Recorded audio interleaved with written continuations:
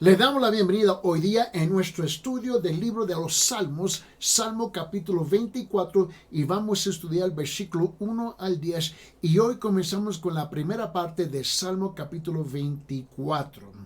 Y note bien, por favor, vamos a abrir nuestras Biblias, y cada vez que usted llega a la iglesia, usted debe traer una Biblia, la palabra del Señor con usted, físicamente la Biblia. Yo sé, yo reconozco que nosotros vivimos en una época postmoderna con todos los avances tecnológicos, etcétera, etcétera, y la gente tiene sus celulares y tiene sus tabletas, etcétera, etcétera. Pero ¿sabe qué? Eso nunca puede reemplazar la palabra del Señor.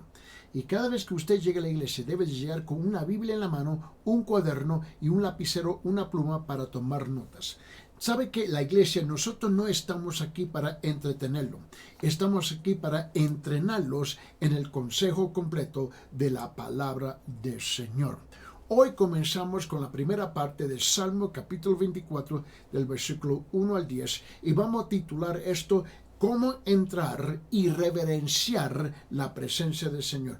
¿Cómo entrar y reverenciar la presencia de Dios? Vamos a leer. Yo estoy enseñando de la versión de la Biblia de las Américas. Y yo sé que muchos de ustedes tienen un sinfín de versiones de la Biblia, pero está bien. Seguimos juntos aquí en la Biblia de la América. Esta es la versión que yo enseño.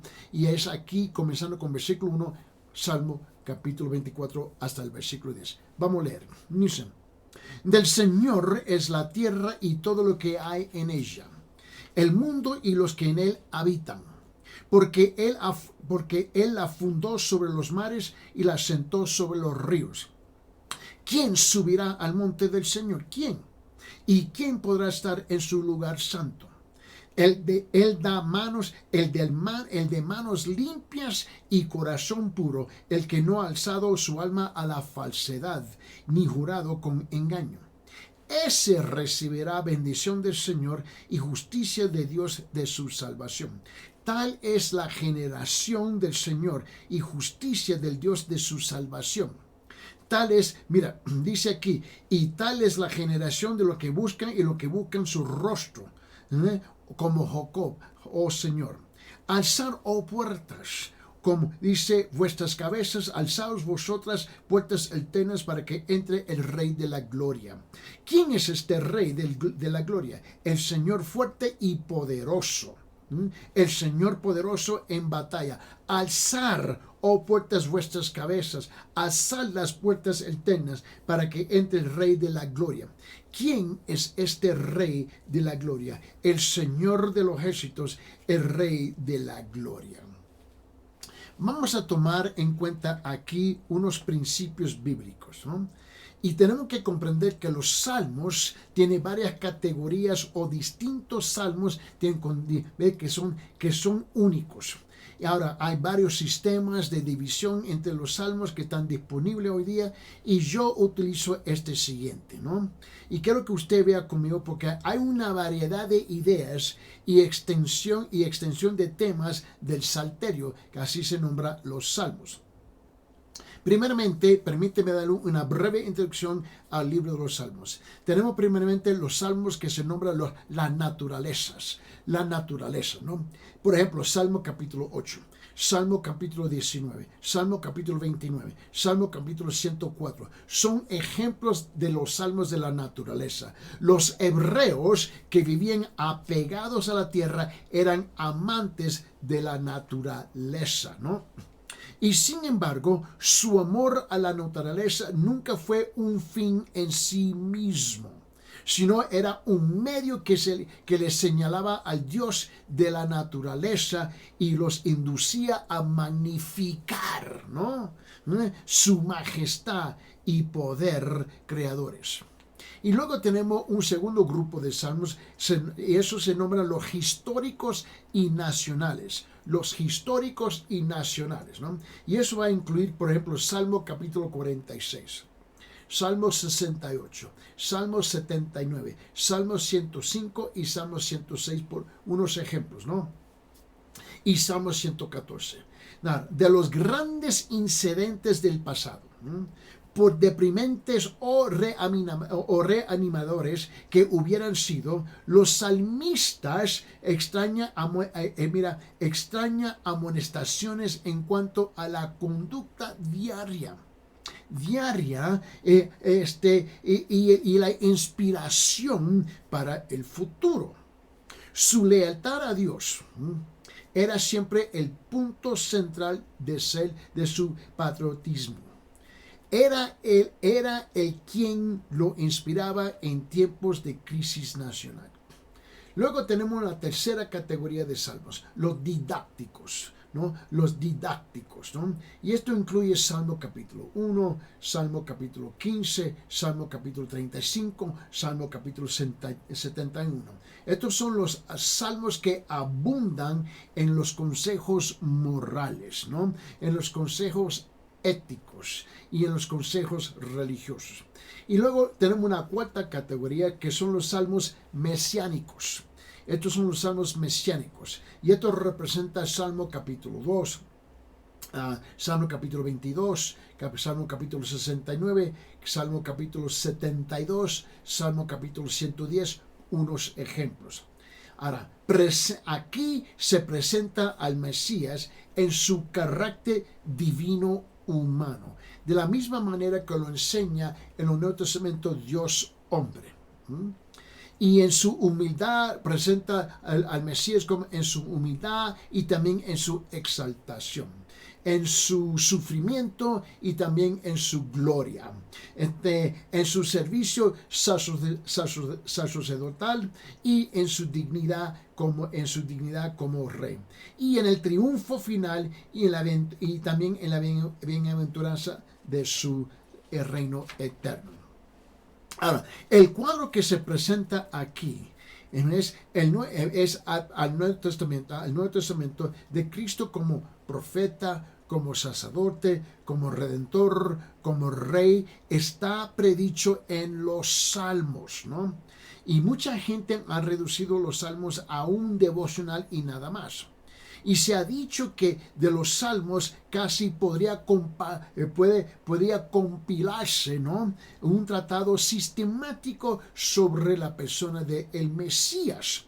Además, está decir que los salmos mesiánicos son también salmos proféticos. Y en los salmos nos da a nosotros ves las profecías y la historia del pueblo de Israel, pero también del Señor.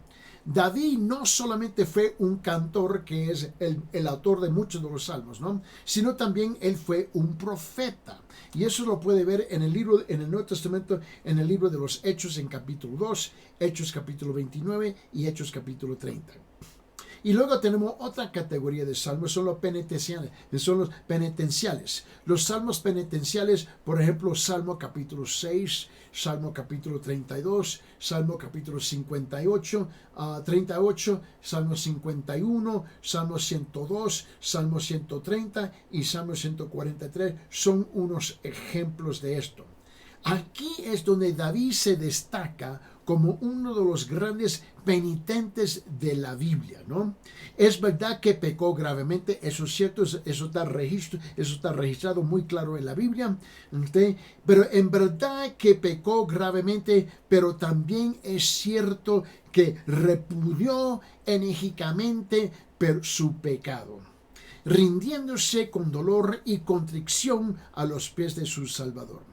Y es bastante significativo que de los 7 salmos penitenciales, ¿no?, hay un 63 de los atributos al rey, poeta, quien cuando tuvo que hacer frente a la parábola del profeta, te recuerdo, Natán, ¿okay?, respecto al corderito, ¿qué es lo que hizo David? Él confesó inmediatamente: pequé contra Jehová. Y esa historia se encuentra en 2 de Salmos, capítulo 12, del versículo 1 al 13. Y luego tenemos los salmos imprecatorios, ¿no? Y estos salmos, por ejemplo, Salmo 35, Salmo 52, Salmo 69, Salmo 83, Salmo 109. Varios salmos censuran, Es lo que están haciendo. Censuran o maldicen, ¿no?, a los enemigos de Dios y de su pueblo. Por lo cual su tono, ¿no?, parece contrario al espíritu con que cual Cristo declaró que debiéramos tratar a un enemigo. Y por ejemplo, abre sus Biblias allá en Mateo capítulo 5. En Mateo capítulo 5, nota lo que dice en versículo 44. Dice, pero yo os digo, amad a vuestros enemigos y orar por los que os persiguen. Noten la actitud de Cristo en el Nuevo Testamento, pero a la misma vez existe estos salmos imprecatorios que vienen para censurar o maldecir o pedir la maldición de sus enemigos. Básicamente tenemos como 5 o 6 categorías de los salmos, ¿no? La naturaleza, los salmos históricos y nacionales, los salmos didácticos, los salmos mesiánicos, los salmos penitenciales y también los salmos imprecatorios. Ahora, en Salmo capítulo 24, donde vamos a invertir mucho tiempo aquí, en nuestra introducción, cuando nosotros tenemos, porque te recuerda que el título lo vamos a titular cómo entrar y reverenciar la presencia del Señor. Y cuando tenemos la oportunidad, ¿no?, de conocer a un líder importante o una celebridad, ¿no?, la mayoría de nosotros, ¿no?, nos emocionamos y pasamos un buen poco de tiempo y energía de preparándonos porque lo vamos a conocer, ¿no? Muchos se probarán diferentes prendas antes de seleccionar finalmente lo que usarán. Otros ensayan cuidadosamente lo que dirán exactamente. Otros, algunos se pararán enfrente de un espejo, ¿no?, para practicar sus manierismos, ¿no?, sus gestos, sus sonrisas, ¿no? Hacemos estas cosas, pero ¿por qué? Porque queremos estar en nuestro mejor momento al conocer a alguien que se considera importante.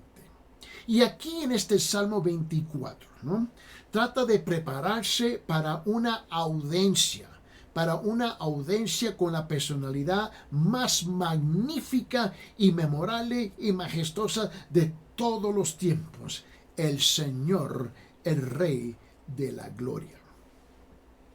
Si bien el escenario de este salmo no se conoce definitivamente y es difícil de ponerla en una de las 5 o 6 categorías que acabamos de mencionar de los salmos, ¿no? Pero la mayoría de los comentaristas, por lo menos, están de acuerdo en que David lo compuso para un evento específico, ¿no?, y era la entrada del Arca del Pacto en Jerusalén. Ese fue el evento específico. Y eso tú lo puedes estudiar aparte en 2 Samuel capítulo 6 y también en 1 de Crónicas capítulo 13, capítulo 14, capítulo 15 y capítulo 16. El arca, ¿no?, del pacto representaba ¿qué? Representaba la presencia literal de Dios entre su pueblo. Y eso lo puede leer allá y estudiar en Éxodo, capítulo 25, versículo 10 hasta 22. Y según en el Nuevo Testamento, en el libro de Hebreos, en Hebreos capítulo 9, versículo 4, esta caja, el acto, ¿no? Estamos hablando de la arca del pacto, ¿no? Esta caja de madera, superpuesta con oro encima, puro oro, era puro oro, ¿no? Sostenía las tablas de la ley, ¿me recuerdan? Y eso lo habla ya en Éxodo capítulo 25, versículo 16, también en Éxodo capítulo 34, versículo 29, y también existía la olla de oro de maná, y eso lo encuentra ya en Éxodo capítulo 16, versículo 33, y también estaba dentro de la barra de Aarón que floreció, y eso lo va a encontrar ya en Números capítulo 17 del versículo 8 al 11. Y la arca del pacto, esta caja de madera, estaba cubierta por una tapa de oro que Dios llamó el propositario, ¿no? Y eso lo encuentra ya en Éxodo capítulo 25, del versículo 17 hasta 21. Y desde el propositorio o el asiento de la misericordia, ¿no?, el Señor prometió reunirse con su pueblo y comulgar, ¿no? Tener comunión con ellos. Y ese fue su propósito. Y eso lo puede encontrar allá en Éxodo capítulo 17 en versículo 22. Allí el Señor aceptó los sacrificios de Israel y expió sus pecados. Eso también lo puede encontrar en Éxodo capítulo 30, versículos 7 al 10 y también todo el capítulo 16 del libro de Levítico. Ahora, después de ser capturado, hablando del arca del pacto, porque eso es lo que se trata aquí en Salmo capítulo 24, y luego devuelto por los filisteos, ¿no?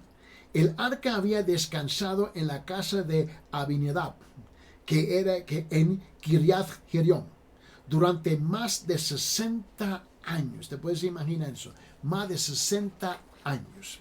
Aparentemente el rey Saúl, ¿no?, el predecesor de David, no se había preocupado en ningún sentido por restaurarlo o a su lugar legítimo de prominencia.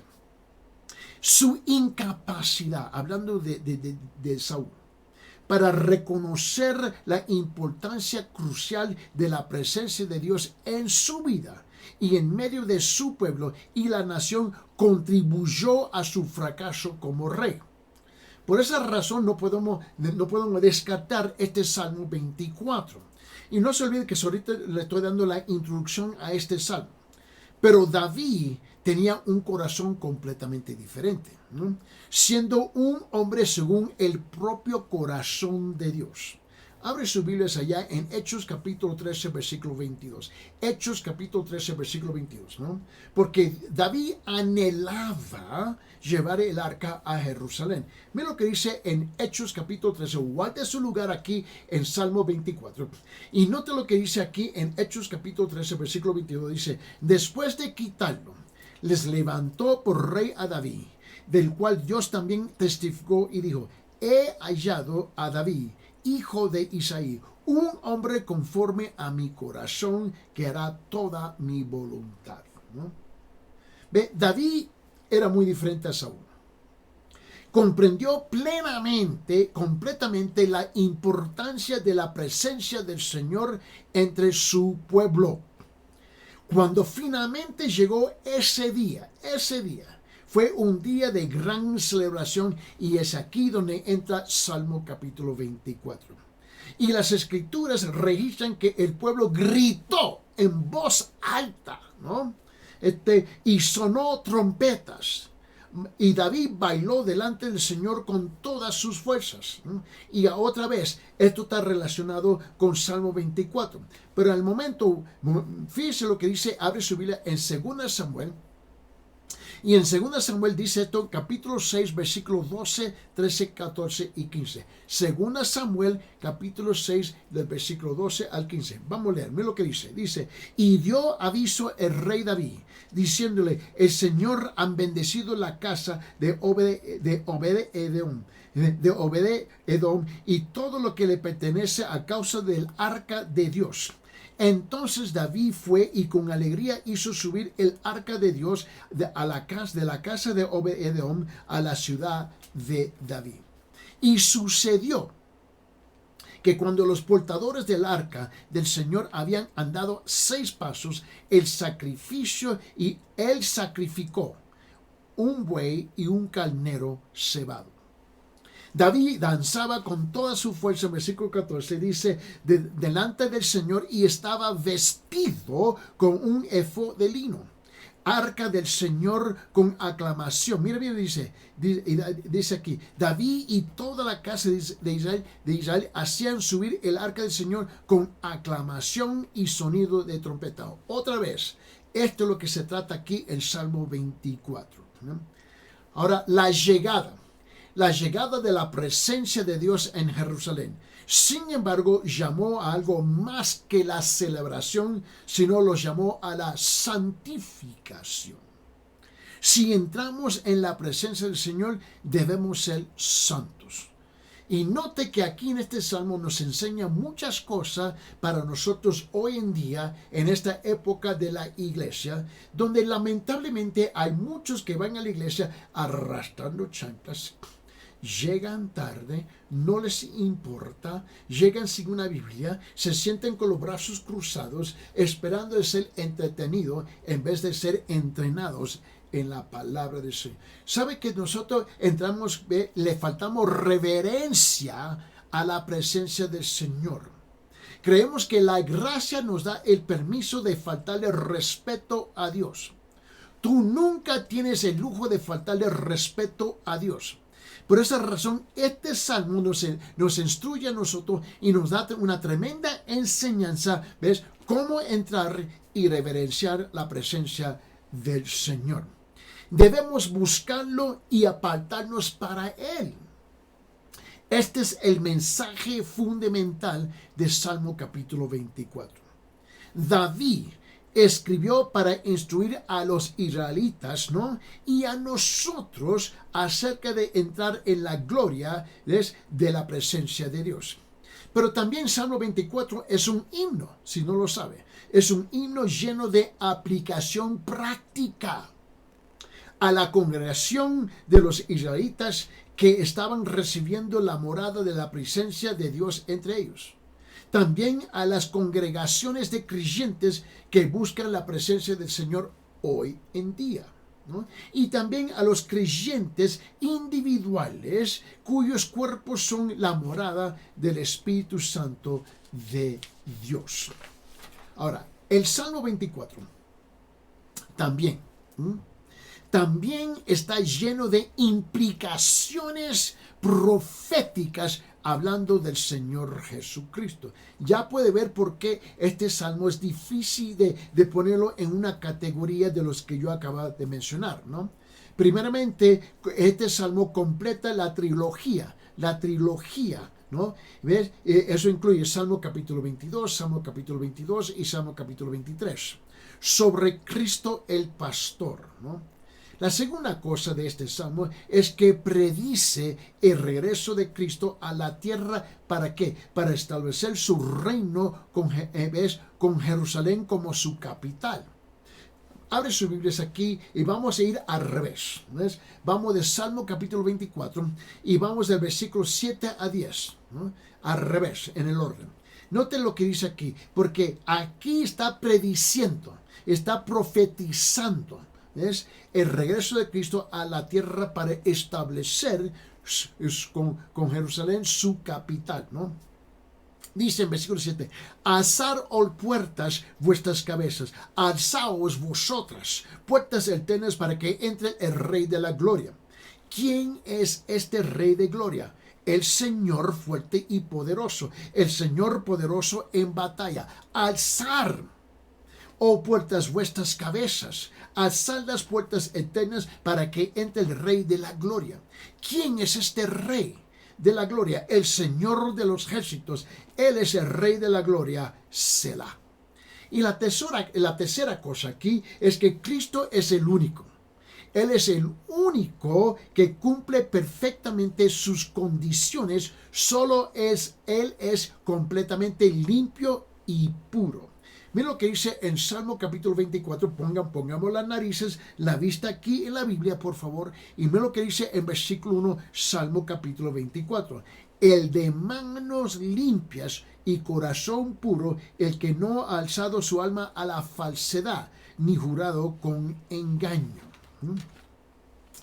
Guarde su lugar aquí en Salmo 24 y siempre guarde su lugar en Salmo 24 porque este es el texto fundamental y siempre vamos a regresar ahí.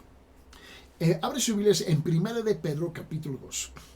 Y en 1 de Pedro capítulo 2, nota lo que dice en versículo 22. 1 de Pedro capítulo 2, versículo 22 dice, el cual no cometió pecado ni engaño alguno se halló en su boca. Se halló en su boca. Fíjate en cómo se enfatiza la gloria de Dios, la gloria del Señor.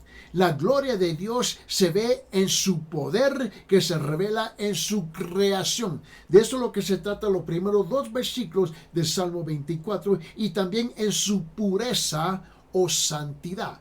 Y eso se ve en los siguientes dos versículos, versículos 3 y 4. Podemos experimentar esta gloria indescriptible a través de la adoración. David nos revela los requisitos esenciales para entrar en la gloriosa presencia de Dios. Esto es cómo entrar y reverenciar la presencia del Señor. Vamos a dividir este salmo en tres partes, ¿no? En tres partes. Uno, reconocer al Señor. Reconocer al Señor. Eso va a ser versículo 1 y 2. 2. Buscar, entrar y parar en la santa presencia de Dios. Buscar, entrar y parar en la santa presencia de Dios. Eso lo vamos a tratar de versículo 3 al 6. Tercero, bienvenido al Rey Conquistador. Bienvenido al Rey Conquistador. Y eso lo vamos a tratar de versículos 7 al 10.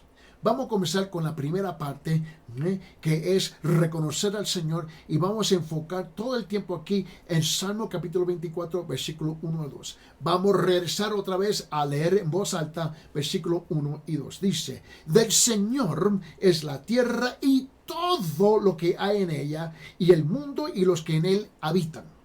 Porque él la fundó sobre las mares y sobre los mares y la asentó sobre los ríos. Mira, cuando tratamos de entrar en la presencia del Señor, primero debemos reflexionar sobre su incomparable supremacía, ¿no? Su majestad única se muestra, su majestad única se muestra para nosotros diariamente en los cielos y también aquí en la tierra. Al observar la gloriosa creación de Dios, ¿no? Vemos que es un privilegio distinto, de entrar en su presencia. ¿Cómo es que hemos perdido ese sentido de ser privilegiados de entrar en la presencia de Dios? Pero mira cómo entra la gente en la iglesia hoy en día, arrastrando chanclas.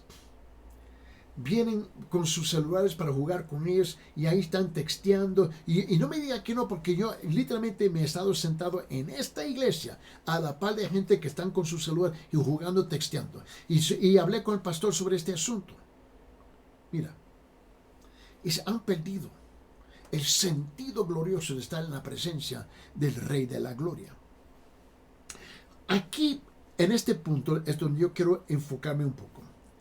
Que Él es el dueño de la tierra. Él es el dueño de la tierra, ¿no? Y todos en el mundo.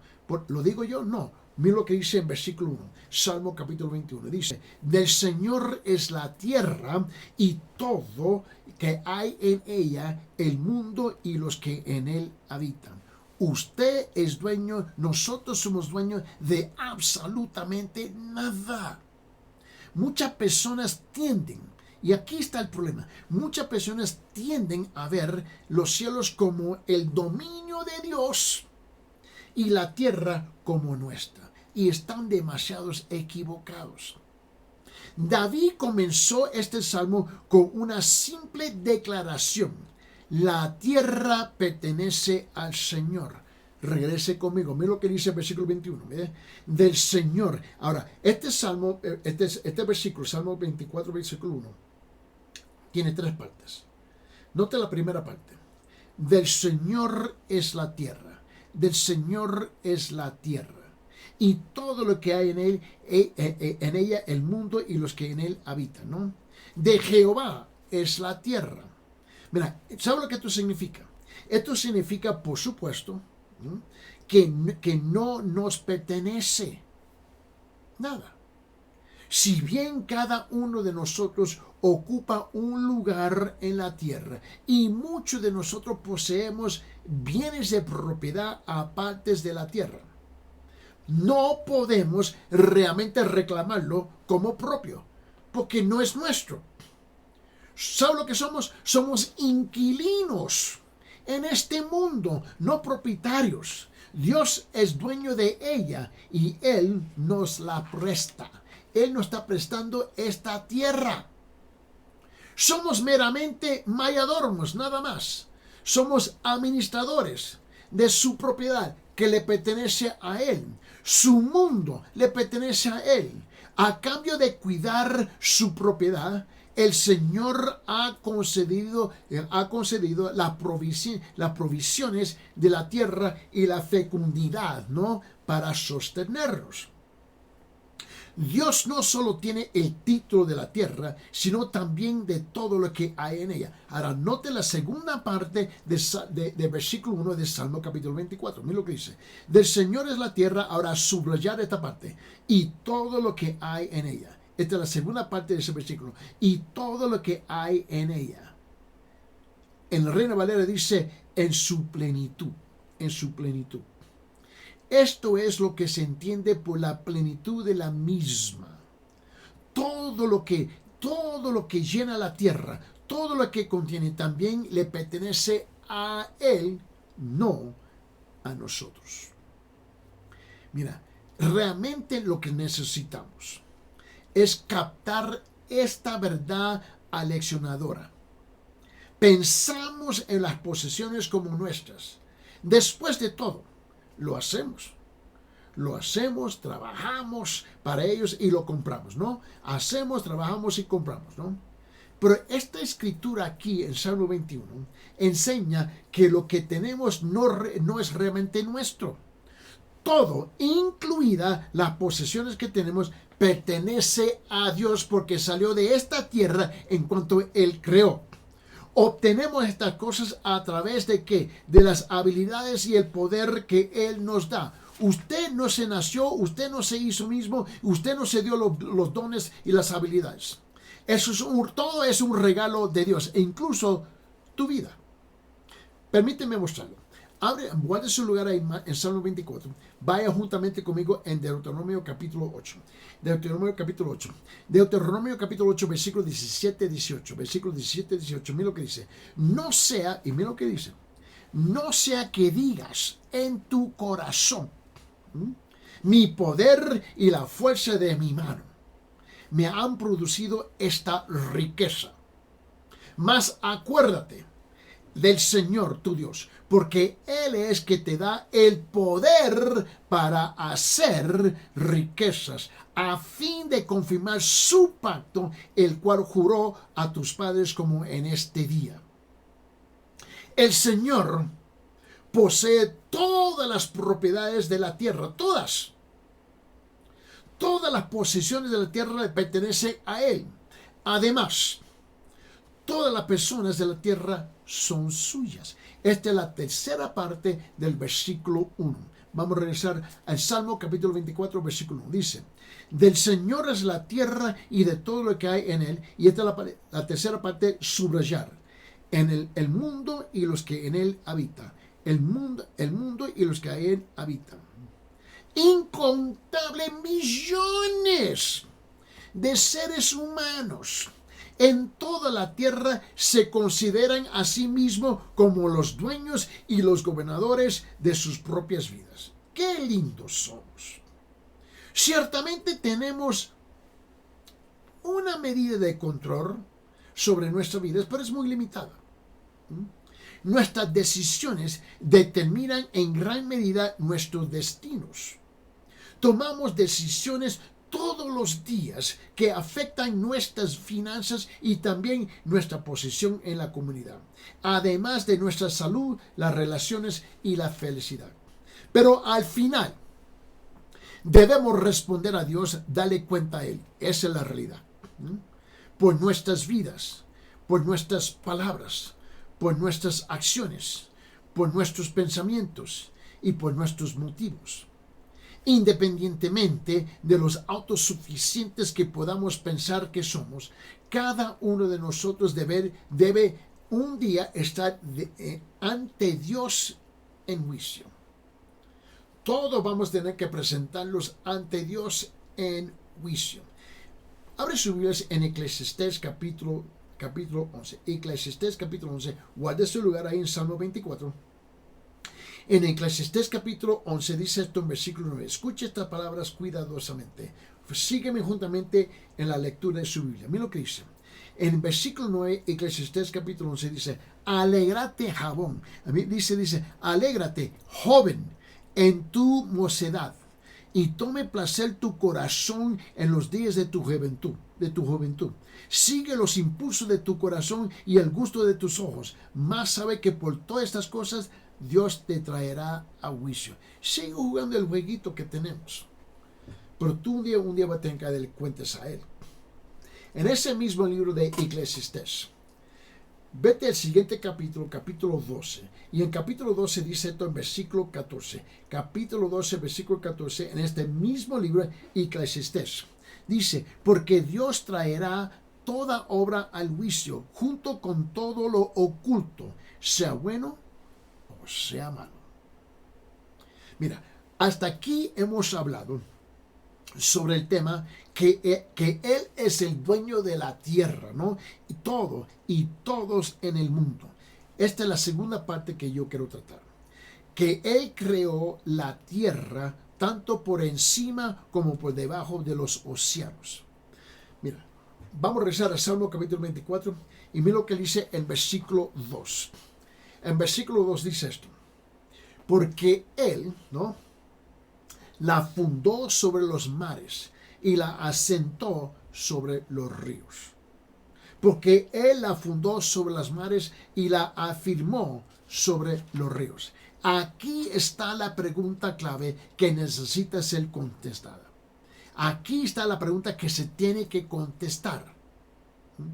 Esta es la pregunta. ¿Por qué derecho reclama a Dios el título de la tierra y todo lo que hay en ella? Lo voy a repetir. ¿Por qué derecho reclama a Dios el título de la tierra y todo lo que hay en ella? Bueno, en pocas palabras, es suyo propio. Él lo hizo. El salmista nos señala de nuevo a la creación, la fundación de la tierra desde las aguas, como el derecho de Dios a la tierra. El Todopoderoso, ¿no?, habló la tierra para que existiera de la nada. Y eso se trata claramente en Génesis en capítulo 1, Génesis capítulo 2. Y luego, a partir de estos materiales básicos, Él elaboró, ¿no?, el hombre y la mujer, ¿no?, así como la población animal. Abre sus Biblias en Génesis capítulo 2, guarde su lugar en Salmo 24. Y mira lo que dice. En Génesis capítulo 2, versículo 7 dice. En Génesis 2, 7 dice. Entonces el Señor Dios formó al hombre del polvo de la tierra y sopló en su nariz el aliento de la vida. Y fue el hombre un ser viviente. En ese mismo capítulo, sigue más abajo, y mira lo que dice en Génesis capítulo 2, versículo 18 hasta el 22. Dice esto. Y el Señor Dios dijo, no es bueno que el hombre esté solo. Le haré una ayuda idónea. Y el Señor Dios formó de la tierra todo animal del campo y toda ave del cielo, y los trajo al hombre para ver cómo los llamaría. Y como el hombre llamó a cada ser viviente, ese fue su nombre. Versículo 20 dice, y el hombre puso nombre a todo ganado y a los aves de los cielos y al del cielo y a toda la bestia del campo, más para qué, para Adán, dice, más para Adán no se encontró una ayuda que fuera idónea para él. Entonces en versículo 21 dice, el Señor Dios hizo caer sueño profundo sobre el hombre, y ese se durmió. Y Dios tomó de una de sus costillas, ¿no?, y cerró la carne en ese lugar. Y de la costilla que el Señor Dios había tomado del hombre, formó una mujer y la trajo al hombre.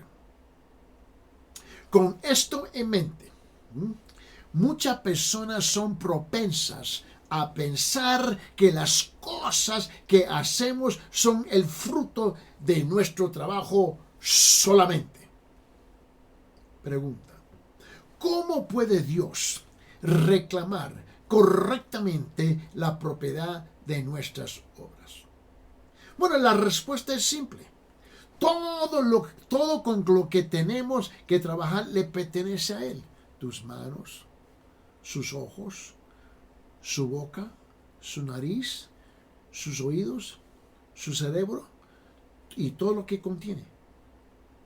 Mira, yo quiero enfatizar un concepto aquí. La gente no crea nada. Absolutamente nada. Solo inventamos cosas a partir de lo que Dios ha creado. Todos nuestros recursos materiales comienzan con algo ya creado por Dios. Algo que le pertenece exclusivamente, ¿ves? A Él. Tú puedes inventar, pero tú no puedes crear. Son dos conceptos muy, muy distintos, ¿no? Además, es Él quien nos dio toda la capacidad y el conocimiento que tenemos. Por lo tanto, al final, todo lo que producimos es justamente suyo. Piensa en esto. Piensa en este pensamiento. Considera las grandes aplicaciones de estas verdades al tema de este Salmo 24, entrando en la presencia del Señor. Primero, nosotros fuimos creados para Dios, para su placer y con el propósito de adorarlo. Abre sus Biblias ahí en Colosenses capítulo 1, guarde su lugar en Salmo 24 y ve lo que dice en Colosenses capítulo 1, versículo 16. Porque en él fueron creadas todas las cosas, tanto en los cielos como en la tierra, y visibles, invisibles, y sean tronos o dominios o poderes o autoridades, todo ha sido creado por medio de Él y para Él. En el último libro de la Biblia es Apocalipsis. Abre su Biblia en Apocalipsis capítulo 4 y mira lo que dice el versículo 11. Apocalipsis capítulo 4 versículo 11 dice: digno eres, Señor y Dios nuestro, de recibir gloria y honor y el poder, porque tú creaste todas las cosas y por tu voluntad existen y fueran creadas. Esto vale la pena repetirlo. Vale la pena repetirlo. El verdadero propósito de Dios para hacernos es para sí mismo. Fuimos hechos para tener una relación con Él, para conocerlo y la majestuosa gloria de su presencia. El propósito eterno de Dios es señalarnos en todas las edades futuras, como el ejemplo de la increíble riqueza de su gracia y la bondad hacia nosotros. Abre sus Biblias en Efesios capítulo 2. Y mira lo que dice en Efesios capítulo 2 en versículo 7. Efesios capítulo 2 versículo 7 dice: a fin de poder mostrar en los siglos venideros, dice, la sobreabundante riqueza de su gracia por su bondad para con nosotros en Cristo Jesús. Es a través de su creación Dios se ha revelado a nosotros. Su existencia, poder ilimitado y autoridad sobre nosotros que se entienden a través de la observación de sus obras maravillosas. Sabemos que hay un Dios y que somos responsables ante el debido a su creación. Pero mira lo que dice en Romanos capítulo 1. Y abre sus Biblias aquí. Y en Romanos capítulo 1, mira lo que dice el versículo 20. Romanos capítulo 1, versículo 20 dice: porque desde la creación del mundo, sus atributos invisibles, su eterno poder y su divinidad se han visto con toda claridad, siendo entendidos por medio de lo creado y de manera que no tienen excusa. Ahora, ya hemos hablado sobre primero, fuimos creados para Dios, para su placer y con el propósito de adorarlo, ¿no? En segundo lugar, a tratar de entrar en la presencia de Dios, debemos darnos cuenta de que no tenemos absolutamente nada que ofrecerle. ¿Qué es lo que tú le vas a ofrecer a Dios? ¿Qué le puede ofrecer? Nada. Nada. Por ejemplo, en la mayoría de las culturas era y sigue siendo costumbre ofrecer, ¿no?, regalos al entrar en presencia de un rey o algún otro dignatario, ¿no? Entonces así es cuando nos acercamos a Dios. No hay absolutamente nada, ¿no?, que podamos darle a Él que no sea ya suyo. No tenemos nada que ofrecer que gane su favor, es que no tenemos nada. Nada que reclame su atención y nada que merezca su bondad. Estamos completamente en bancarrota. Estamos completamente en bancarrota, indigentes en todos los sentidos, físicamente hablando, en material y espiritualmente hablando. No tenemos nada que Él necesite. ¿Qué es lo que necesita Dios de nosotros? Nada. Él nos concede el privilegio de entrar en su presencia debido a su gracia a favor puros, totalmente inmerecidos de nuestra parte. Mira, ya hemos hablado, ¿ves?, que fuimos creados para Dios, para su placer y con el propósito de adorarle. En segundo lugar, a tratar de entrar en la presencia de Dios, debemos darnos cuenta de que no tenemos absolutamente nada que ofrecerle. Ahora, en tercer lugar,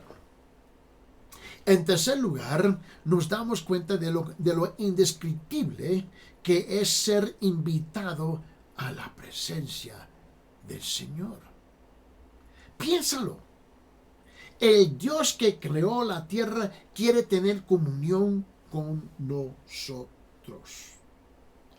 Mira, las escrituras registran que en el principio de los tiempos Dios caminó en el huerto, en el jardín de Edén, buscando la comunión con Adán y Eva. ¿Te recuerdas? Mira, abre sus Biblias en Génesis capítulo 3. Y en Génesis capítulo 3, mira lo que dice el versículo 8 y 9. Dice esto: y oyeron el Señor Dios que se paseaba en el huerto al fresco del día, y el hombre y la mujer se escondieron de la presencia del Señor y Dios entre los árboles del huerto. Y el Señor Dios llamó al hombre y le dijo: ¿dónde estás? ¿Dónde estás? Dios es el que viene a iniciar. Dios nos viene a buscar. Nosotros no buscamos a Dios. Él nos busca a nosotros. Y qué maravilla, ¿verdad?